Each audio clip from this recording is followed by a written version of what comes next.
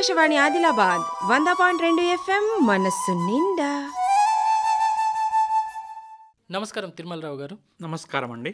అయితే ఇప్పుడు ఈ ఎండాకాలం అపరాల సాగు అంటే పప్పు దినుసుల సాగులో ఏ రకమైన అవకాశాలు ఉన్నాయి, అసలు ఈ పప్పు దినుసుల సాగు ప్రాముఖ్యత ఏమి, వీటి గురించి ముందుగా మా శ్రోతలకి చెప్తారా?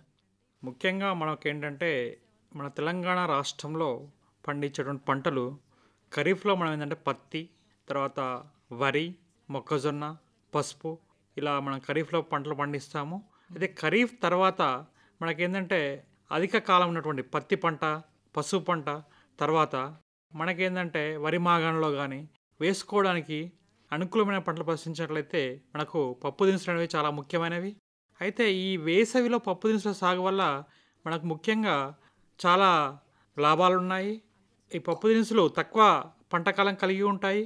అదేవిధంగా మనకేంటంటే నేలను కూడా సారవంతం చేసి నేలలో నత్రజనిని స్థిరీకరింపజేసి నేలను బాగు చేసే లక్షణాలు ఉన్నాయి. కాబట్టి వేసవిలో ముఖ్యంగా పెసర, మినుము వంటి పప్పు దినుసులను సాగు చేసుకోవడానికి చాలా అవకాశాలు ఉన్నాయి.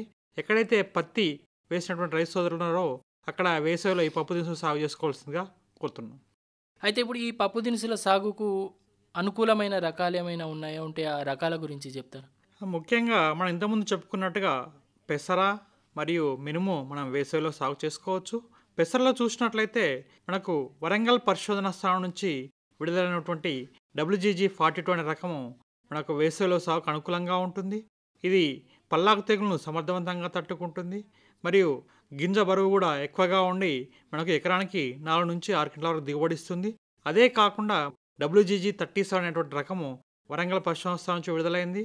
అది కాకుండా మదిరా పరిశోధన స్థానం నుంచి MGG347 ఇది మదిరా పెసర అనే పేరుతో విడుదలైంది. ఇది కాకుండా MGG351 ఇది శ్రీరామ్ అనే పేరుతో విడుదలైంది. ఈ రకాలను మనము పెసరలో సాగు చేసుకున్నట్లయితే మనకు మంచి దిగుబడులు వచ్చే అవకాశం ఉంటుంది. అదేవిధంగా మినుము చూసినట్లయితే మినుములో మనకు ఏంటంటే LBG752 కానీ లేకుంటే PU31 కానీ లేదా MBG207 కానీ లేకుంటే తిరుపతి పరిశోధన స్థానం నుంచి ఈ మధ్యకాలంలో విడుదలైనటువంటి TBG204 కానీ ఈ రకాలను మనం సాగు చేసినట్లయితే మనకు బాగుంటుంది. దీనిలో ముఖ్యంగా PU31 అనే రకం మనం పల్లాకు తెగులను సమర్థవంతంగా తట్టుకుంటుంది కాబట్టి ఈ రకాన్ని మనం ఉపయోగించుకోవచ్చు. అయితే ఇప్పుడు సాగుకు అనువైన రకాల గురించి చెప్పిండ్రు కదా, మరి విత్తనాల గురించి చెప్పండి. ఈ విత్తనం మనం విత్తుకోవడానికి ఎంత మోతాదులో వాడాలి, అంటే ఏ సమయంలో విత్తుకోవాలి, విత్తన శుద్ధి అవసరమవుతుందా, ఒకవేళ అవసరమైతే ఈ విత్తన శుద్ధిని దేనితోని ఎట్లా చేసుకోవాలా, ఈ ముచ్చట్లు కూడా చెప్తారా? ముఖ్యంగా మనకు ఈ పెసర పంటలో అంటే వేసవిలో పెసర పంట సాగు అనేసరికి ఏంటంటే మనకు చలి అనేది కంప్లీట్గా పోయిన తర్వాతనే మనము ఈ అపరాలను వేసుకున్నట్లయితే మనకు మొలక శాతం బాగుండి మంచిగా పెరిగే అవకాశం ఉంటుంది. కాబట్టి ఫిబ్రవరి 1 నుంచి మనకు మార్చి 15 వరకు ఈ అపరాలను మనం సాగు చేసుకోవచ్చు. అయితే దీంట్లో మనం చూసినట్లయితే ఎకరానికి మనకి ఏంటంటే 6 నుంచి 8 కిలోల వరకు విత్తనం మోతాదు అవసరం అవుతుంది. విత్తనాలను వరుసల మధ్య 22.5 సెంటీమీటర్లు మరియు మొక్కల మధ్య 10 సెంటీమీటర్లు ఉండే విధంగా వేసుకోవాలి. ఇలా వేసుకున్నట్లయితే ఎకరానికి 1,81,000 వరకు మనకు మొక్కలు వచ్చే అవకాశం ఉంటుంది. అయితే వేసవిలో వేసినప్పుడు మనకు రసం పీల్చే పురుగులు ఎక్కువగా వచ్చే అవకాశం ఉంటుంది. కాబట్టి విత్తన శుద్ధి తప్పనిసరిగా చేయాలి. ఈ విత్తన శుద్ధికి గాను 1 కిలో విత్తనానికి 5 మిల్లీలీటర్ల మోనోక్రోటోఫాస్ను కలిపి విత్తన శుద్ధి చేసినట్లయితే బాగుంటుంది. ఇది కాకుండా మొదటిసారిగా పప్పు దినుసులు వేసే రైతులు ఎవరైతే ఉన్నారో వాళ్ళు తప్పనిసరిగా ఈ విత్తనాలను రైజోబియం కల్చర్తో విత్తన శుద్ధి చేసుకున్నట్లయితే బాగుంటుంది. మొదటగా శిలీంద్రనాశనంతో చేసిన తర్వాత రైజోబియం కల్చర్తో విత్తన శుద్ధి చేసుకోవాలి. ఈ విత్తన శుద్ధి చేసుకున్నట్లయితే 30 రోజుల వరకు రసం పీల్చే పురుగుల నుండి మన పంటను కాపాడుకోవచ్చు. అయితే మనం ఎంత విత్తన శుద్ధి చేసి ఈ విత్తనాన్ని ఉపయోగించినా కొంత చీడపీడల సమస్య కానీ అట్లాగే కలుపు సమస్య కానీ ఎట్లాగో ఉంటుంది. అయితే ముందుగా మనం కలుపు గురించి మాట్లాడుకున్నట్లయితే ఈ పప్పు దినుసుల పంటలలో కలుపు సమస్యను ఎట్లా నివారించాలా, దీనికి ఏమేమి ఉపాయాలు ఉన్నాయో చెప్తారా? అయితే అంతకుముందు మనకు కలుపు సమస్యను నివారించాలంటే అంటే మనుషుల ద్వారా నివారించేటువంటి అవకాశం ఉండేది. ఇప్పుడు ఈ మధ్య కాలంలో మార్కెట్లో చాలా వరకు కలుపు మందులు అందుబాటులోకి వచ్చాయి. ఈ పప్పు దినుసుల్లో మనకేంటంటే మొలకెత్తక ముందు మరియు మొలకెత్తిన తర్వాత కూడా కలుపు మందులు అందుబాటులో ఉన్నాయి. మనకు మొలకెత్తక ముందు విత్తనం వేసిన వెంటనే పెండిమిథలిన్ ఒక ఎకరానికి 1.3 నుంచి 1.6 లీటర్లు పిచికారీ చేసినట్లయితే కలుపు నివారించవచ్చును.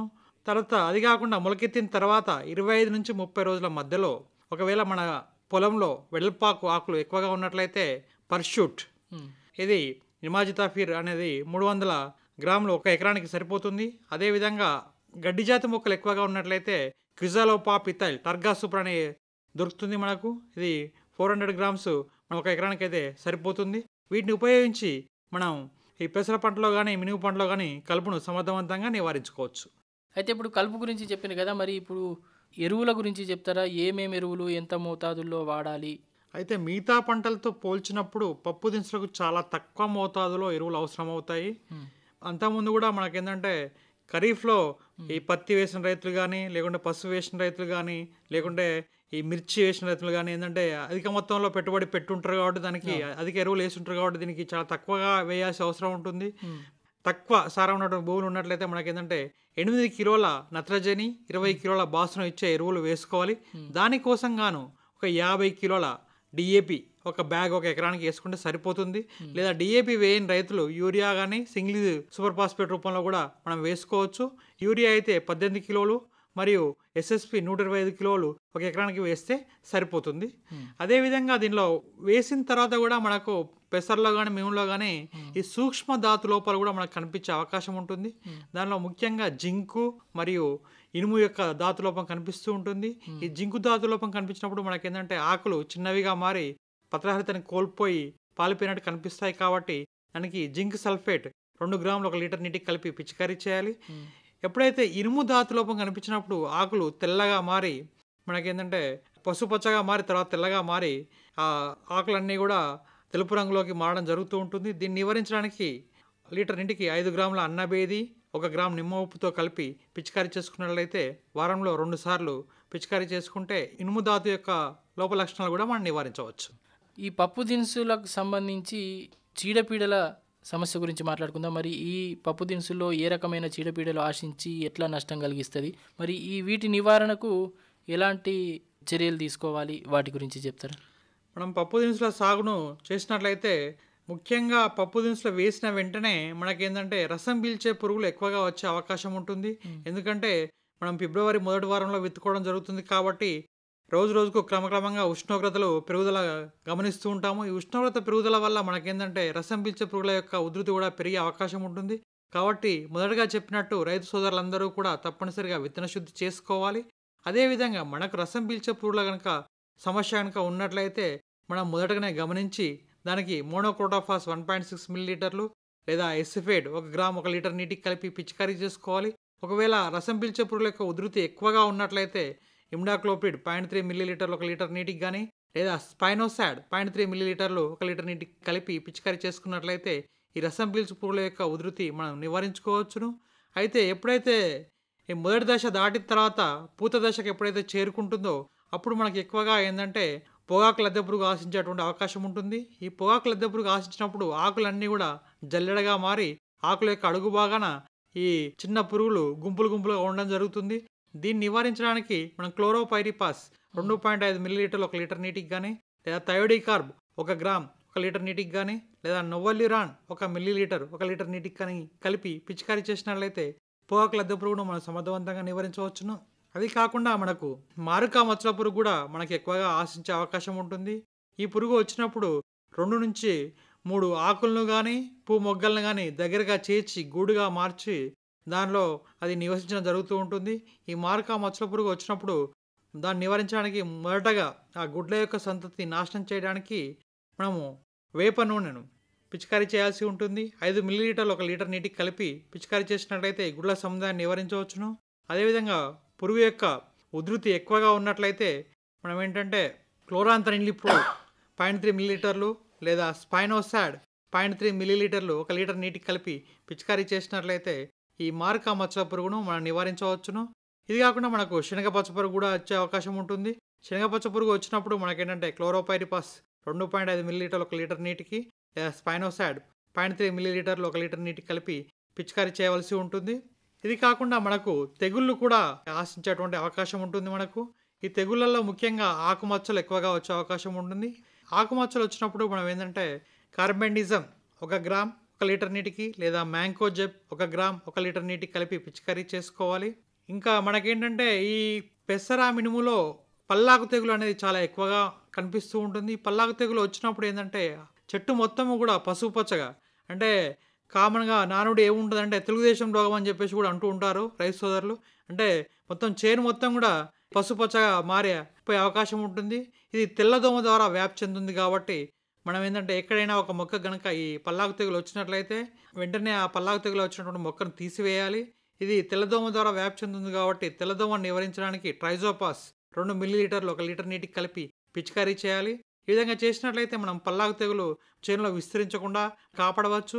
అదేవిధంగా పల్లాకు తెగులు తట్టుకునేటువంటి రకాలైనటువంటి WGG42 పెసరలో మరియు మినుములో అయితే PU31 మరియు TBG 204 వంటి రకాలను సాగు చేసుకోవాలి. ఈ విధంగా ఈ మేలుకోలను రైతు సోదరులు పాటించినట్లయితే వేసవిలో పెసర మినుము రకాలను సాగు చేసుకొని రైతు సోదరులు మంచి దిగుబడులు సాధించాలని కోరుకుంటున్నాను. చాలా సంతోషం తిరుమలరావు గారు. ముఖ్యంగా ఈ ఎండాకాలం సాగు చేసే పప్పు దినుసుల ప్రాముఖ్యత గురించి, అట్లాగే అందుబాటులో సాగుకు అనువైన రకాలను గురించి, ఆ రకంగానే విత్తన మోతాదు, తర్వాత విత్తుకోవడం, ఎరువుల యాజమాన్యం, చీడపీడల సమస్య నివారించడానికి ఏం చేయాలా, ఇవన్నీ ముచ్చట్లు చెప్పిండ్రు. మరి ఎవరైతే ఈ ఎండాకాలం పప్పు దినుసులను పంటలను సాగు చేసే రైతులు ఉన్నారో వాళ్ళు ఈ పద్ధతులు పాటించి మంచి దిగుబడులు సాధిస్తారని ఆశిస్తూ, అందుకు ఇప్పుడు మీరు చెప్పిన ఈ విషయాలు పనికొస్తాయని భావిస్తూ ఇంత చక్కని సమాచారం తెలియజేసినందుకు మీకు ధన్యవాదాలు. నమస్కారం. నమస్తే అండి. ఆకాశవాణి ఆదిలాబాద్ 100.2 FM మనసు నిండా.